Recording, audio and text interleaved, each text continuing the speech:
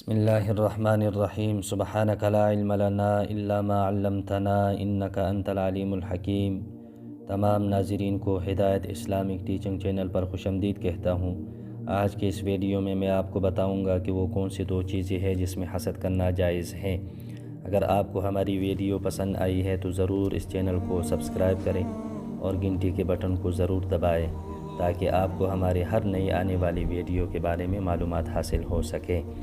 وعن ابن مسعود رضی اللہ تعالی عنہ قال قال رسول اللہ صلی اللہ علیہ وسلم لا حسد الا فی اثنتین رجل آتاہ اللہ مالا فسلطہ علی ہلکتہ فی الحق ورجل آتاہ اللہ الحکمت فهو یقضی بها ویعلمها متفق علیہ۔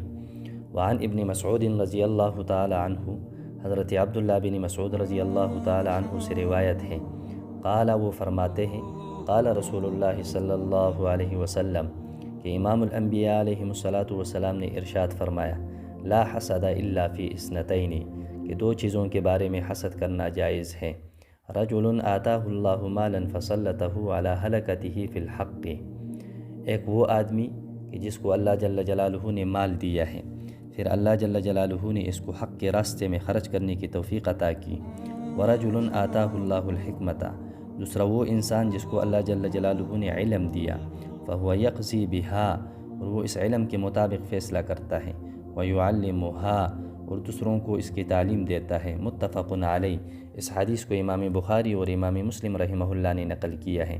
بخاری جلد نمبر 1 صفحہ نمبر 165 حدیث نمبر 73، مسلم جلد نمبر 1 صفحہ نمبر 559 حدیث نمبر 816۔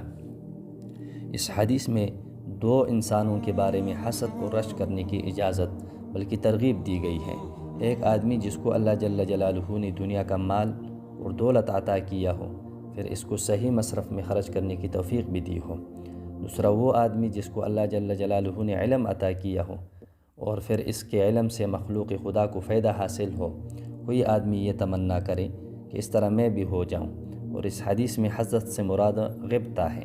حسد کی تعریف یہ ہے کہ کوئی آدمی دوسرے کے پاس کوئی نعمت دے کر یہ تمنا اور آرزو کرے کہ یہ نعمت اس سے ختم ہو جائے اور مجھے حاصل ہو جائے، اور یہ انتہائی بری خصلت ہے۔ اسلام اس طرح کی بری خصلت کو پسند نہیں کرتا، بلکہ ایسے خصلت سے بچنے کا حکم ہے۔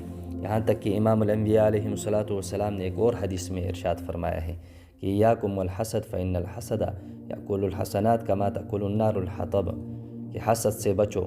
حسد نیکیوں کو اس طرح کہا جاتا ہے جس طرح آگ لکڑی کو کہا جاتی ہے۔ اور غبطہ کی تعریف یہ ہے کہ کوئی آدمی کسی کے پاس نعمت دے کر یہ تمنا اور آرزو کرے کہ جس طرح کی نعمت اس کے پاس ہے، اللہ جل جلالہ اس طرح کی نعمت مجھے بھی نصیب کرے، اور اس کو شریعت نے جائز قرار دیا ہے۔ اللہ جل جلالہ ہمیں صحیح معنوں میں دین کو سمجھنے اور اس پر عمل کرنے کی توفیق عطا فرمائے۔